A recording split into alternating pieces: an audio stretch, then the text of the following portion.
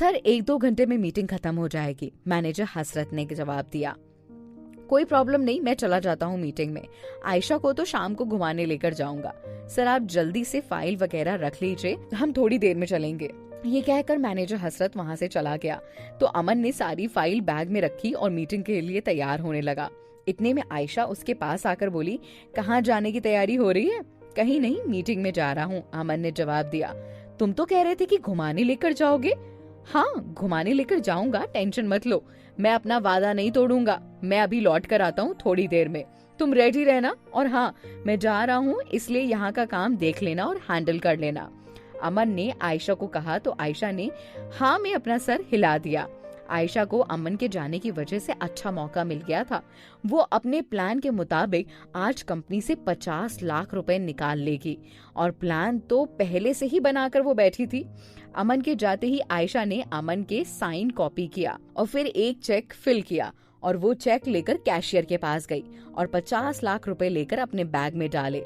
Check पर अमन के sign थे, इसीलिए कैशियर ने भी आयशा को कुछ नहीं कहा, पर उसने इतना जरूर पूछा कि मैम आप क्यों चेक लेकर आई हैं?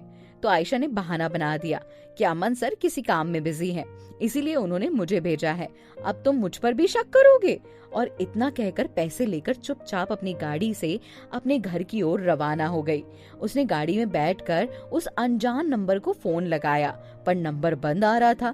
ये सोचकर आयशा गाड़ी ड्राइव करने लगी और जैसे ही उसने अपने घर में मेन गेट पर गाड़ी रोकी, वैसे ही उस अनजान नंबर से कॉल आ गया।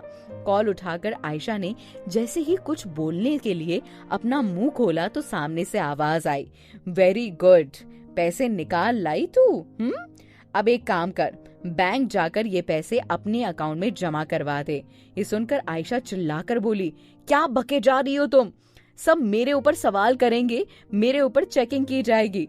कुछ नहीं होगा, जाकर पैसे जमा करवा दे, वरना ओके ओके मैं जाती हूँ। ये कहकर आयशा ने फोन काटा और अपने घर के मेन गेट से अपनी गाड़ी बैंक की ओर मोड़ ली और बैंक में पैसे जमा करवा दिए। अमन उस मीटिंग में पहुंचा जहां पंकज आने वाला था। वैसे तो अमन पंकज को जानता नहीं था, क्योंकि वो काम के सिलसिले में भी पहले कभी नहीं मिला था, लेकिन पंकज अमन को जानता था। वो अमन को देखकर उसके पास आकर बोला, हाय। अमन ने अपना बढ़ के हेलो कहा और फिर बोला, मैंने आपको पहचाना नहीं। अरे मैं पंकज, टेंडर वाला। अच्छा तुम वही पंकज हो जिसने टेंडर रिसीव नहीं किया? मैंने कोई टेंडर पास ही नहीं करवाया था तो रिसीव कैसे करता? ये सुनकर अमन चौंक कर बोला, तुमने टेंडर पास नहीं करवाया था तो तुम मेरे पास क्यों आए? और तुमने अपने आप ही बात क्यों कही कि टेंडर वाले हो तुम? अगर तुमने पास नहीं करवाया था, वो कोई प्राची मैम मेरे पास आई थी इसी टेंडर के चक्कर में। प्राची का नाम सुनकर अमन चौंक गया। अमन उसे ऐसा लग रहा था जैसे प्राची वही लड़की है जिसने पंकज को भड़काया और टेंडर रिसीव नहीं करने दिया। अमन मीटिंग में बैठकर यही सोच रहा था। इतने में मीटिंग स्टार्ट हो गई, पर मीटिंग में अमन का ध्यान कहीं और ही था। वो मीटिंग में बैठ बैठ के यही सोच रहा था कि प्राची ऐसा कैसे कर सकती है? उसके शादी वाले दिन ही इतना बड़ा लॉस करवा दिया। प्राची ऐसा कैसे कर सकती है? पर वो तो जानता ही नहीं था कि प्राची ने उसकी जान बचाई थी और प्राची ही उसके टेंडर वाले सिलसिले में पंकज से बात करने गई थी। मीटिंग खत्म होने के बाद उठकर सब जाने लगे तो पंकज भी चला गया। अमन भी अपने कार में बैठकर चला गया।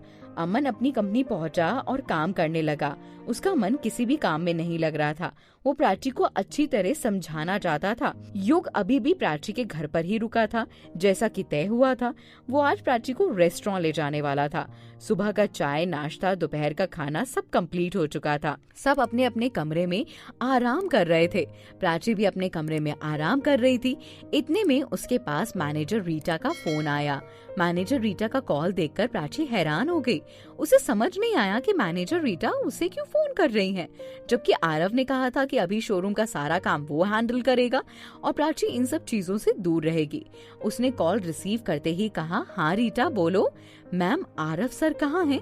वो काफी टाइम से कॉल रिसीव नहीं कर रहे हैं। मैनेजर रीटा ने घबरा कर कहा, वो तो रेस्ट कर रहे हैं। क्यों, क्या हुआ? कुछ नहीं मैम, मैं उनसे ही बात कर लूंगी।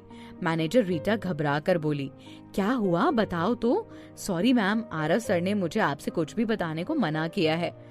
रीटा, मैंने तुमसे जितना कहा है उतना करो, बताओ क्या बात है? प्राची ने मैनेजर रीटा से चिल्लाकर कहा तो रीटा बोली, मैम मैंने उन्हें कुछ डॉक्यूमेंट भेजे हैं। वो कह रहे थे कि चेक करके शाम तक बता देंगे, पर अभी तक उन्होंने डॉक्यूमेंट नहीं बताए। पिछली 3 डील वैसे ही भी कैंसिल हो चुकी है। आप जब से यहाँ से चले गए हैं तब से डील लगातार कैंसिल हो रही है और आरव सर ने अब तक डॉक्यूमेंट चेक नहीं किए हैं। अगर डॉक्यूमेंट चेक टाइम से नहीं हुए तो डील फिर से कैंसिल हो जाएगी। मैनेजर रीटा ने एक ही सांस में ये सारी बातें बोली तो प्राची अपने सर पर हाथ रखकर मैनेजर रीटा से चिल्लाकर बोली, इतना कुछ हो गया पर तुम मुझे इन्फॉर्म क्यों नहीं कर रही थी? इतनी केयरलेस और इतनी इर्रिस्पॉन्सिबल कैसे हो सकती हो? सॉरी मैम, आरव सर ने मुझे मना किया था कि मैं आपको परेशान ना करूं। ठीक है, तुम सारे डॉक्यूमेंट मुझे मेल करो, मैं अभी सारे चेक करके बताती हूँ। ये कहकर प्राची ने फोन काटा और जैसे ही डॉक्यूमेंट्स आए तो उन्हें खुद चेक करने लगी। वो डॉक्यूमेंट चेक कर ही रही थी, इतने में उसे हॉल से आरव के हंसने की आवाज आई तो वो हॉल में जाकर आरव को गुस्से में देखकर बोली, तुमने मैनेजर रीटा को मुझे ये सारी बातें बताने के लिए मना क्यों किया था? तुम्हें पता है ना कि शोरूम में कितना लॉस हो रहा है, और आज भी उसने तुम्हें डॉक्यूमेंट भेजे लेकिन तुमने कोई भी डॉक्यूमेंट चेक नहीं किए। हाँ, उसकी मेल तुम चेक नहीं कर रहे हो। शोरूम में इतना लॉस रहेगा तो हम क्या करेंगे? कहाँ से लाएंगे इतना पैसा? ऐसे तो शोरूम ठप हो जाएगा। तुम समझते क्यों नहीं? शोरूम हमारी जिंदगी है। प्राची परेशान होते हुए बोली। अब आगे क्या होगा? प्राची का गुस्सा कितना जायज है, आगे की कहानी क्या ट्विस्ट लेगी, इस सब आपको पता चलेगा। कहीं जाइएगा नहीं। ये एपिसोड कैसा लगा नीचे कमेंट करके जरूर बताइएगा।